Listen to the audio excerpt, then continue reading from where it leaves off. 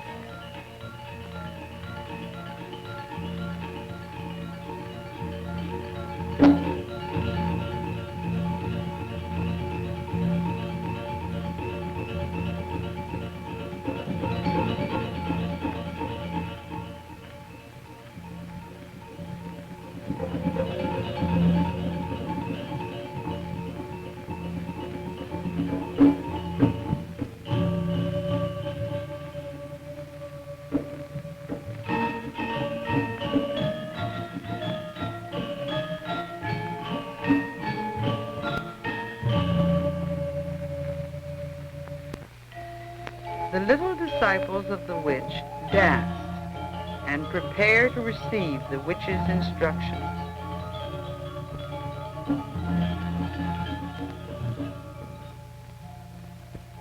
This is the witch in her full supernatural paraphernalia: hairy legs, pendulous breasts, long fingernails, but without the mask that will turn her into a supernatural figure.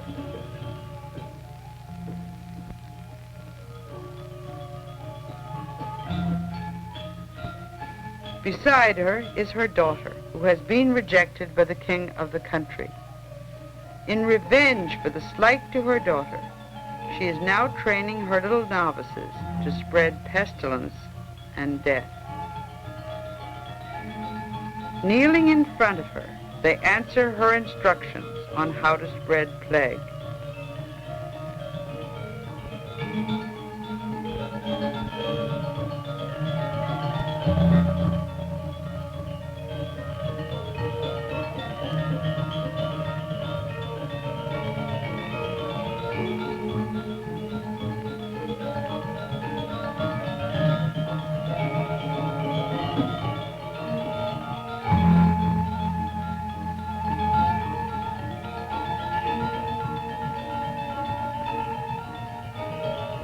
They go off, and the next scene shows a pregnant woman among a group of people who have fled their plague-stricken village to wander the roads. This is a birth scene where the pregnant woman, played by a man, gives birth to a child while witches lurk about to steal the newborn child.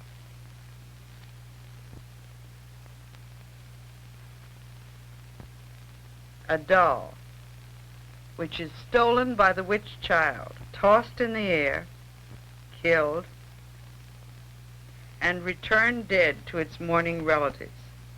The villagers mourn for the dead child, putting on a theatrical display of grief. The witches, witch child and witch, and tease the mortals, to whom they are not yet quite visible. As they become visible, the mortals chase the witches.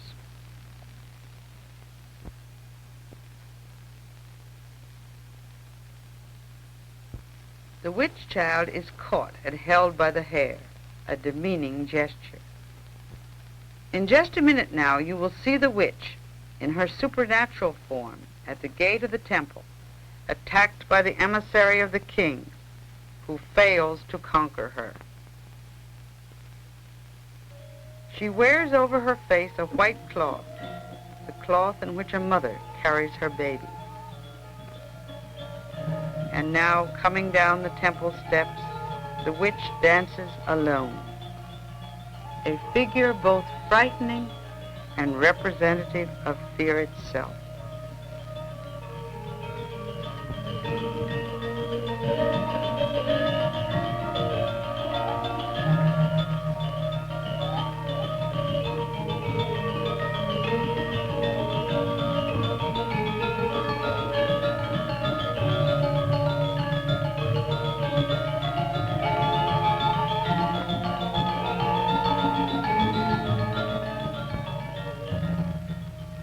She bends back and gives a high, eerie laugh. These are the frightening witches into which the beautiful little girls of the ballet have been transformed.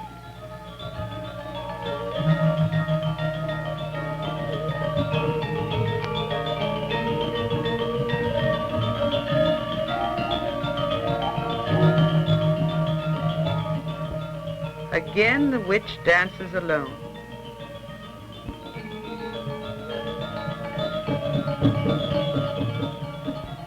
And here is the dragon arrived to confront her. As she represents death, he represents life. And they have a long altercation in ancient ecclesiastical Javanese, while she holds him by his beard and scolds him. These are the dragon's followers, falling to the ground at the glance of the witch. Up again when she turns her back, down again when she looks at them. She trips through their ranks, runs away, and as her back is turned, up they get again. Rush to the attack, but as she turns, her glance forces them back, back, back, back. And she stands and laughs at them, laughs, and then turns away, indifferent. This is slow motion. Followers of the dragon advance, their krisses raised in the air, ready for the attack.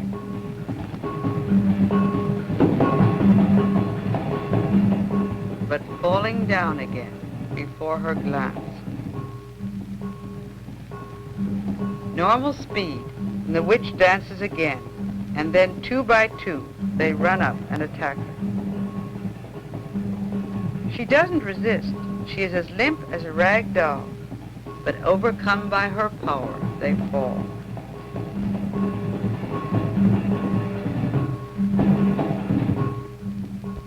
And lie in deep trance on the ground.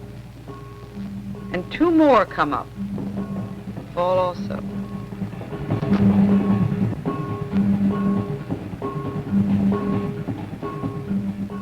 Members of the Trance Club come and arrange them on the ground, while another pair attack the witch.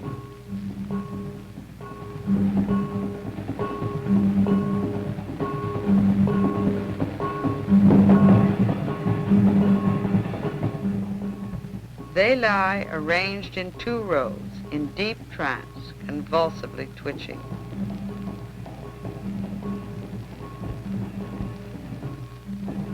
And the dragon comes back to revive them, walking between the rows, followed by his priest, who sprinkles the holy water over them. Revived, they go off stage, not out of trance, but in a somnambulistic state, in which they come back in, dancing. The witch, meanwhile, has fallen into a deep trance and been carried away. The dance in slow motion.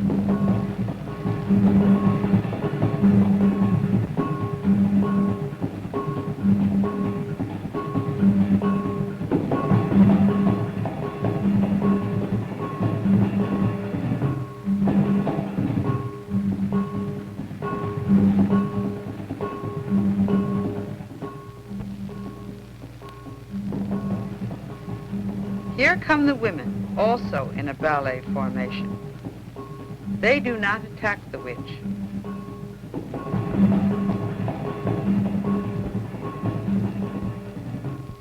But at a scream given by one of their number, they suddenly go into trance seizures, and with loosened hair, turn the krisses against their breasts, falling forward on the krisses that are held in their tautened arms. This one is struggling as they attempt to disarm her.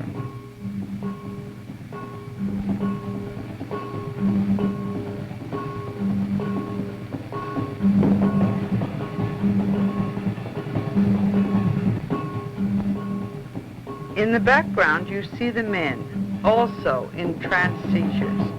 And here in slow motion, you see the women.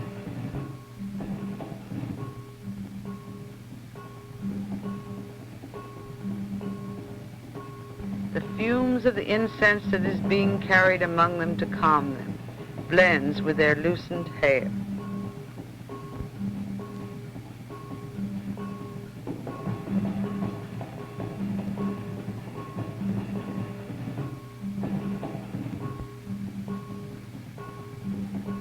This old woman had said that she would not go into trance, but when the others began to turn their krisses against themselves, she joined them.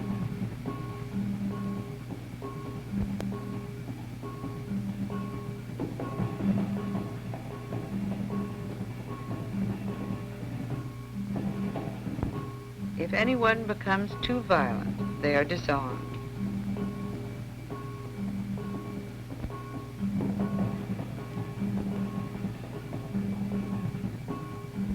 There are frequent periods like this of slow turning and waiting. Then someone gives a violent scream, and they again turn their krisses on themselves. The priest of the dragon moves among them, sprinkling holy water. Now, at normal speed, you see the men bending their krisses back against themselves, and, unlike the women, often falling to the ground.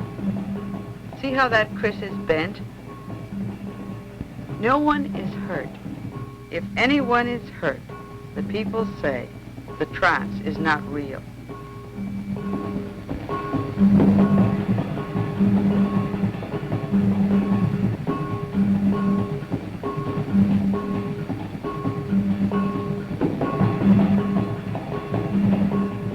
A male trancer is being carried off into the temple in a stiff, cataleptic state. Another one is disarmed. A third puts his head into the dragon's mouth, and the dragon holds him by the hair to calm him.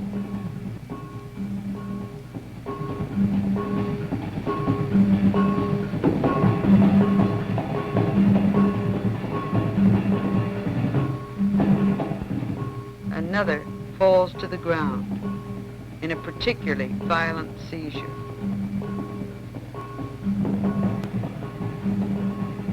Another trancer is being carried off into the temple court.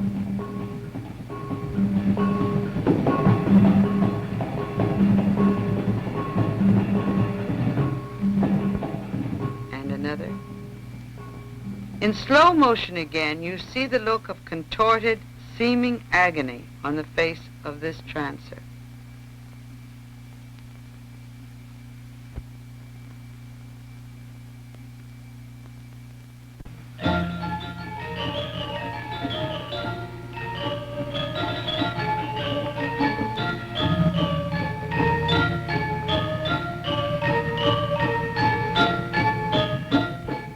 Inside the temple courtyard, the people arrange the trancers in groups to be brought out of trance.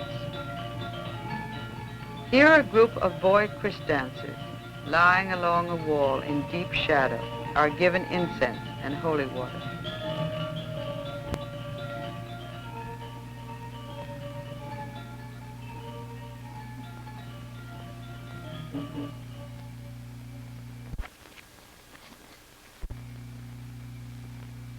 They pat the holy water on their chests and hair. This is the old woman who said she wouldn't go into trance today, lying now in deep trance, supported by her husband. And another woman is being brought back to herself by having her hair done up. This one is still in deep trance, and children with anxious faces watch from the background.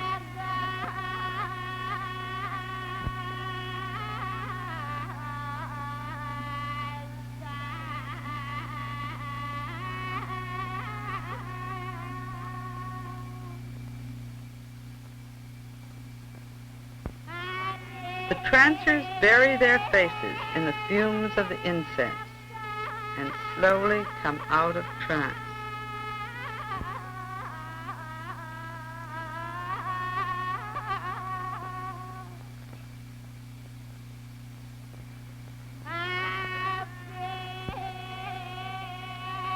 Here is the old woman again, unwilling to come back to herself, remembering her dances.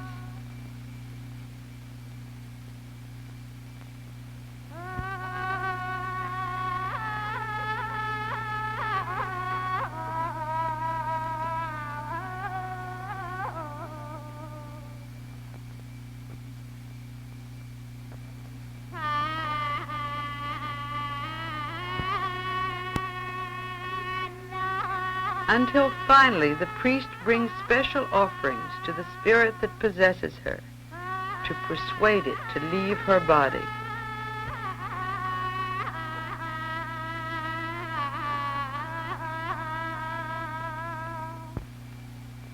The priest lays his offerings of flowers and rice on the ground.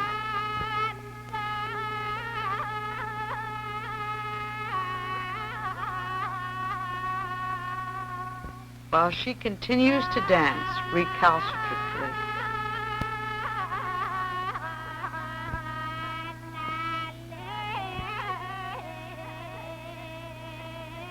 At last, she holds out her hands for the holy water as a sign that she is willing to come out of trance. A dog comes and eats the offerings that have been presented to the spirit.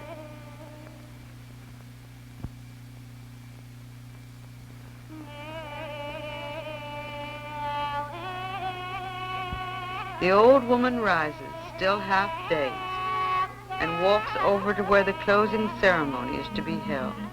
With a dragon mask behind them, the principal actors in the play come for a final ritual offering before the ceremony is ended.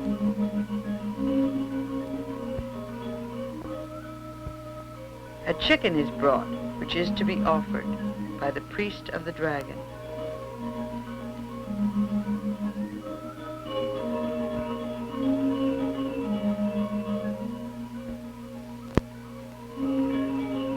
The white-haired old man on his right played the front legs of the dragon.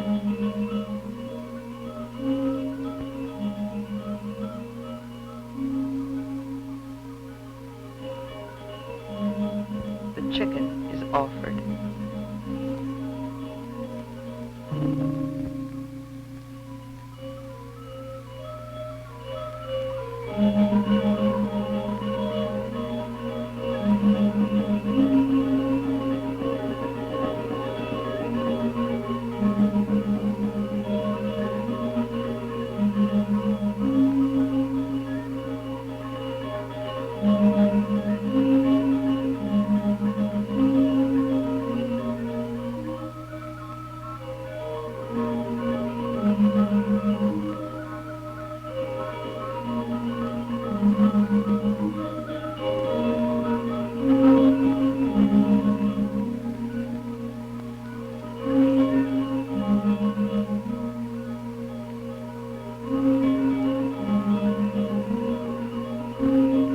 black-haired man is the man who played the witch and who has been lying in a stiff cataleptic trance through the last part of the kris dance.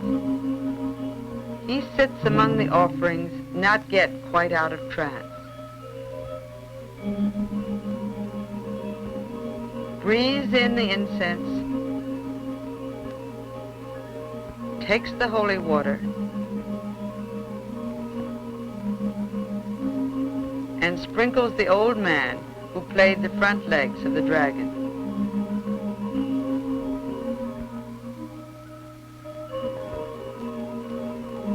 The ritual is finished. Here we see an old man just coming out of trance, not yet quite himself.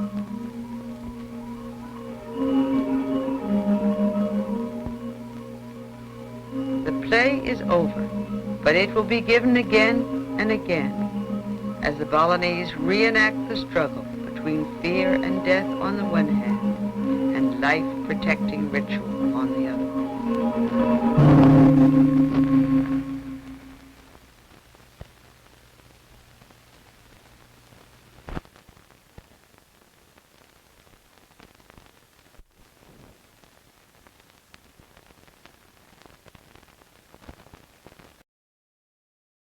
This has been a presentation of the Library of Congress. Visit us at loc.gov.